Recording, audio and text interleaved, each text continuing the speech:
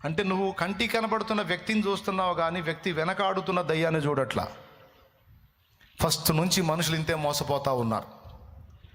తాగి నిన్ను ఇబ్బంది పెడుతున్న నీ కొడుకునో నీ భర్తనో నువ్వు చూస్తున్నావు కానీ ఆ తాగుడికి కారణమైన దయ్యాన్ని చూడవు. నువ్వు నీ దాడంతా కూడా నీ బిడ్డ మీదో భర్త మీదో ఉంటుంది కానీ వాళ్ళ వెనకాడుతున్న దయ్యం మీద ఉండదు నీ దాడి.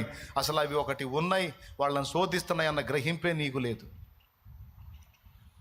వాటిని గుర్తుపట్టాలి, వాటిని దెబ్బగొట్టాలి. అర్థమైందా? స్విచ్ ఆఫ్ ఇదే, స్విచ్ ఆఫ్ చేస్తే ఫ్యాన్ ఆగిపోయినట్టు. మూలం ఎక్కడుంది? స్విచ్ బోర్డు దగ్గర ఉంది.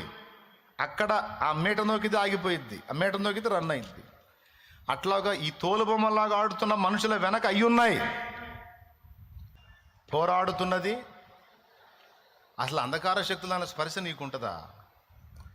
ఆఫీసులో నీ పై ఉద్యోగి నీ మీద నిన్ను టార్చర్ చేస్తుంటే వాడిని తిడుతుంటావు నువ్వు, కానీ వాడి వెనకుండి దేవుని బిడ్డవైన నిన్ను టార్చర్ చేస్తున్న దయ్యం ఆలోచనే రాదు నీకు.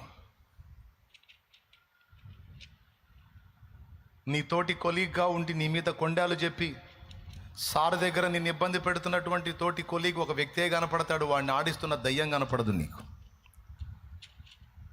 రాజు కాదు, రాజును ఆడించిన దయ్యం శద్రకు మేషక అబేద్నెగోలను అగ్నిగుండం పాలు చేయటానికి వాడిని శోధించిన దయ్యాన్ని గుర్తుపట్టాలి. ఆ స్పర్శ యేసయ్యకుంది, అంత స్పర్శ ఇంకెవరికి లేదు. ఆ సిలువ నీకు దూరమగును గాక, ఆ సిలువ నీకు దూరమగును గాక అని సీమోను పేతురు ప్రభు చేయబట్టుకొని గద్దిస్తుంటే సాతానా నా వెనక్కి పో అన్నాడు. ఇస్కరియోతు యూదాని ఎవరు శోధిస్తున్నారో గుర్తుపట్టేశాడు. వాడు ఆ ముక్క పుచ్చుకోగానే సాతాను వానిలో ప్రవేశించెను.